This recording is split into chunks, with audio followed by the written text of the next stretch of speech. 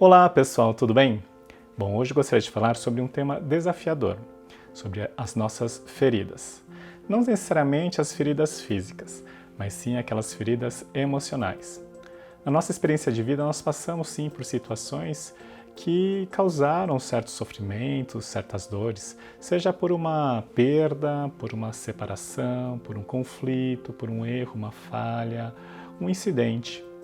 E dependendo do impacto emocional ou do trauma, a gente acaba generalizando, consciente ou inconscientemente, acreditando que isso pode acontecer de novo. E ao pressupor isso, obviamente que como efeito dessa causa eu acabo gerando comportamentos de medo, de insegurança, de ansiedade, de procrastinação, porque eu quero evitar que isso aconteça. É um processo de luta ou fuga, né, da ameaça, do risco de sofrer, né, ou sentir aquela dor novamente. E, obviamente que se eu não consigo aprender com aquela situação, eu só quero me proteger de alguma maneira, então eu quero esquecer, eu quero evitar de pensar naquilo, eu quero esconder de alguma maneira, né, tampar com um band-aid, né, porque é a única maneira, ou talvez a única opção que eu tenho de lidar com aquela situação.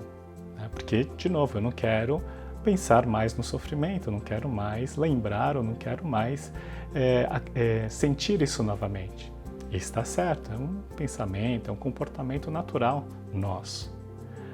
Só que se a gente apenas esconder, tentar esquecer, se foi um evento traumático, consciente ou inconscientemente, qualquer estímulo de memória que eu possa passar no meu dia a dia pode estimular aqueles comportamentos e causar, inclusive, esses bloqueios que eu já mencionei.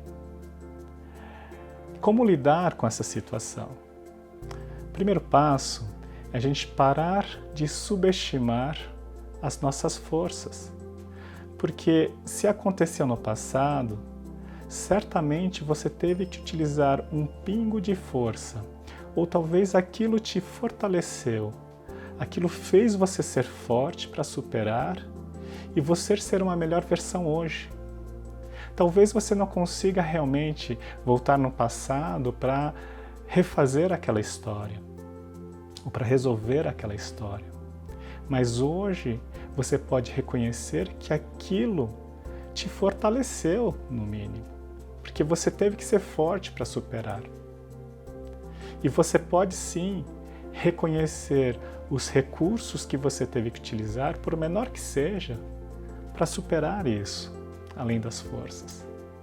Então a gente se permitir e sentir merecedor que a gente teve que usar certas forças internas, os nossos recursos, por menor que seja a coragem, a resiliência, né, para superar aquela situação, mesmo que foi uma decisão de tapar, né, ou de tentar se autocurar, você passou por essa situação.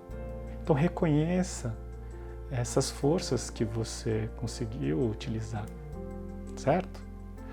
O segundo ponto é a gente entender que a gente pode sim reconhecer da vulnerabilidade.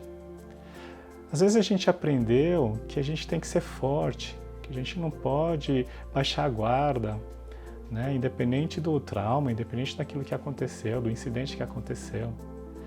E a gente não se permite reconhecer dessa vulnerabilidade. Só que se você não reconhece dessa vulnerabilidade, certamente você corre o risco de acontecer novamente, porque você não sabe aquilo que te machucou. Então entender quais foram os estímulos, no mínimo, né? O que realmente pode ter causado aquele sofrimento, aquela dor, né? Entender que inclusive teve uma intenção positiva, como você pode ressignificar aquela situação, mas primeiramente entender ou reconhecer, né, da sua vulnerabilidade, para que você possa se fortalecer disso. Ou, no mínimo, saber pedir ajuda, para que você possa, sim, se empoderar e se preparar para novos desafios, ou se permitir para novos desafios. O terceiro ponto, dependendo da situação, né, principalmente as nossas perdas nesses últimos anos por conta da pandemia, quem sabe você possa fortalecer a sua conexão espiritual. Entender que a fé, sim, é uma força que vai promover a esperança para um futuro melhor. E entender que você pode, através da sua força espiritual, conectar com a sua essência e, sim, viver a sua missão aqui no presente, por você, primeiramente, para que você possa ajudar as pessoas ao seu redor. Tá certo? Talvez entender que aquilo que aconteceu teve um propósito, teve um sentido, talvez por um fluxo do universo. Então, por pior que tenha sido, saiba reconhecer ou permitir viver o ciclo do luto, primeiramente, mas também se conectar com a sua força espiritual e utilizar da sua fé para fortalecer, né, a sua missão, a sua essência. Tá certo?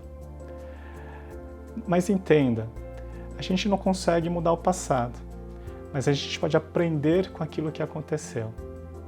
Quem sabe, por exemplo, numa situação de separação de um relacionamento, às vezes a gente acaba generalizando que vai acontecer de novo, que eu vou sofrer tudo de novo. Só que se você pensar só nas dores, no sofrimento, certamente talvez seja isso que vai acontecer mesmo, porque você vai repetir os mesmos pensamentos, os mesmos comportamentos.